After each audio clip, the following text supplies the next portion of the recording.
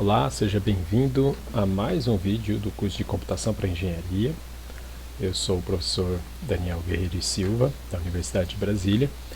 Esse é um vídeo extra aí para dar continuidade a mais exemplos dentro do tópico sobre funções. Então, vamos falar aqui um pouquinho mais de dois exemplos, especialmente aí nessa série de vídeos, construídos com base em coisas, aliás, que a gente já viu, já estudou, problemas que a gente já estudou em tópicos passados. O primeiro exemplo que a gente vai fazer aqui é explorando um pouco de um problema que a gente estudou lá no exercício de assimilação de conceitos número 6. Lembram-se dele? Pois é. Nele a gente fez um programinha simples que ia fazendo uma leitura de notas de alunos de forma sequencial até que um número negativo era digitado. Aí a gente tinha que imprimir a média da turma, daí né, o valor, o cálculo da média aí para ser usado no problema. E tinha também esse desafio que consistia de incorporar nessa solução um cálculo do desvio padrão, só que à época, claro, sem usar recursos como vetores. Na época que esse exercício de assimilação de conceitos a gente estava praticando laços de repetição, ainda não tinha estudado vetores, então tinha que fazer isso dentro desse cenário sem explorar o uso de vetores. Vamos agora então revisitar esse problema pensando, claro, na incorporação da estratégia de uso de vetores. Agora que a gente pode utilizá-los, vamos trabalhar com eles para, digamos assim, facilitar a nossa vida, principalmente aqui na questão do cálculo do desvio padrão. E também vamos explorar o uso de funções, tentar organizar nosso programa, nossa solução, agora para esse exercício com funções. Beleza, vamos pensar no seguinte, imagina, antes da gente sair fazendo as funções, vamos pensar no programa, em como eu gostaria que o meu programa fosse.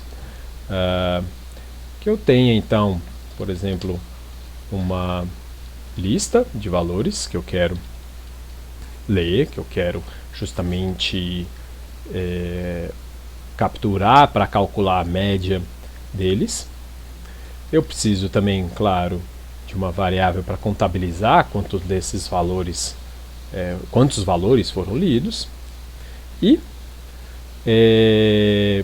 vamos, em cima disso, assumir que eu tenho as operações prontas, né, operações mais alto nível aí, de média especialmente, e por exemplo uma operação de leitura dessa lista de valores de forma sem complicações, que eu só simplesmente tenho que chamar o comando, ou seja, funções que já estariam implementadas. Aí, claro, depois a gente vai partir para a implementação.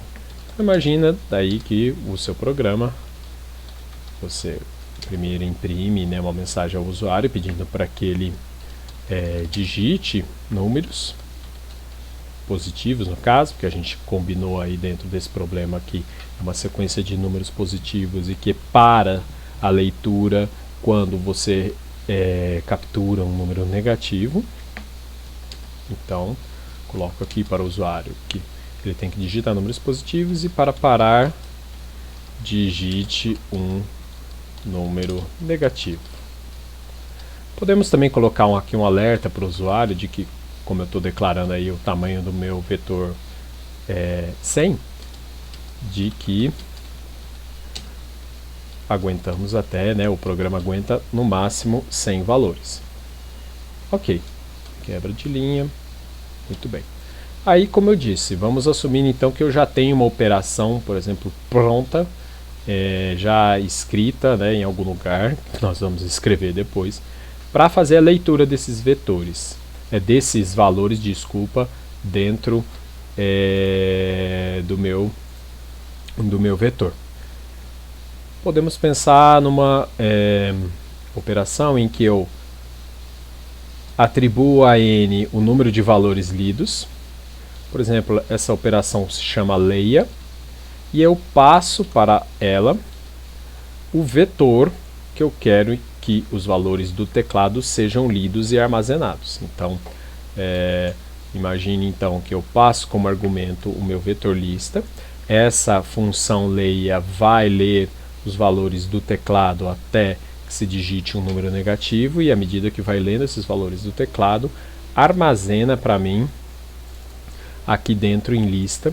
Lembrando, né, que vetores são passados sempre por referência, como argumentos de funções, então vai ser possível essa função alterar aqui o conteúdo do meu vetor lista. E, além disso, ela não só vai alterar o conteúdo do meu argumento aqui passado lista, como ela vai retornar o número de elementos lidos e guardados dentro de lista. Esse valor de retorno eu naturalmente atribuo a minha variável n, então vou receber e vai estar armazenado na minha variável n o conteúdo, a quantidade de elementos lidos. Maravilha! Então aí vamos colocar aqui uma mensagem de confirmação da quantidade de números que foram lidos, por exemplo, para o usuário até receber isso como feedback, né, depois de ter digitado ali os valores. E aí vamos, enfim, para a operação de média, né? O que eu quero calcular é a média e o desvio padrão dessa lista de valores. Então, eu posso, inclusive, invocar essa operação de média a ser construída dentro da expressão aqui de impressão.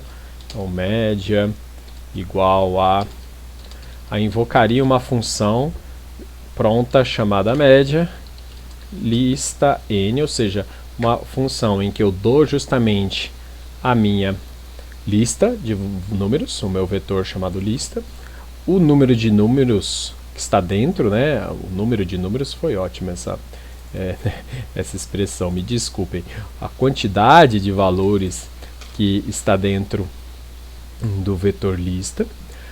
E aí, com essas duas informações passadas como argumento, essa operação média, essa função média, que ainda não está escrita, né, mas que estamos aqui imaginando, retornaria justamente o valor da média dos elementos contidos em lista.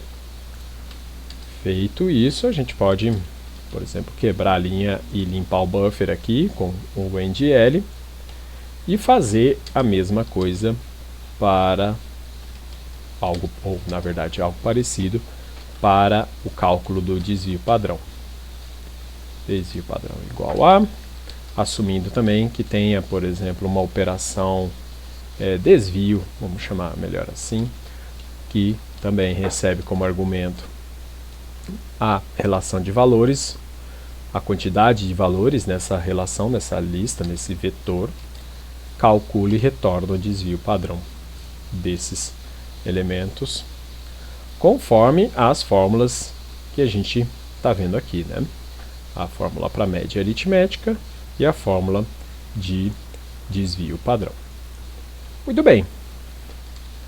Então, feito isso, eu retornaria a 0, encerrando o meu programinha com a tarefa cumprida. Óbvio. Então, assim, falta ainda implementar essas operações, mas eu propus que a gente começasse pelo programa, porque essa é uma estratégia interessante para até você pensar justamente quando está escrevendo código, desenhando uma solução, um algoritmo para certo problema. Primeiro até bolar o algoritmo em alto nível, com as operações principais, como por exemplo aqui, a operação de leitura dos dados. Aqui, né, calculando a média. E aqui, calculando o desvio padrão. Porque quando a gente pensa justamente no algoritmo assim em um nível mais alto, fica até mais simples de delinear daí as funções que você vai precisar escrever e implementar. Então veja, São 3 grandes operações, vamos dizer assim, que vão envolver a solução desse probleminha aqui, né, do programa que lê notas de alunos e imprime a média e o desvio padrão. A leitura dos dados é a primeira grande operação, a segunda grande operação é o cálculo da média, a terceira grande operação, o cálculo do desvio padrão. Então, a gente começando essa construção aqui pelo programa principal, pela função principal, pela função main, agora a gente tem clareza de que temos que implementar essas 3 funções, inclusive não só de ter que implementar essas 3 funções, mas como os cabeçalhos delas, como tem que ser, né? Porque a gente aqui definiu que argumentos eu gostaria de passar para essas funções, ou seja, as informações que eu quero passar para essas funções, para que elas façam o trabalho delas. Então vamos pensar justamente aqui nas declarações das funções. Então, primeira função leia. Ela tem que retornar um número inteiro, ela se chama leia. E o que ela vai receber qual é o parâmetro que ela vai ter? É um vetor de números double. Então, eu posso chamar, por exemplo, de valores o parâmetro aqui. E a partir desse vetor double, na verdade, a partir desses parâmetros, usando, né, esse parâmetro valores, vai haver a leitura sequencial de números até que se encontre um número negativo, e aí se encerra a função retornando a quantidade de números lidos. Okay? Então, podemos aqui até colocar um comentário aqui, né, para esclarecer esse propósito da função lay. Então, função que lê números da entrada padrão até, vamos pôr assim, igual, e armazena no vetor valores até o usuário digitar valor negativo. E também podemos colocar aqui como informação de que ela retorna o total de números lidos.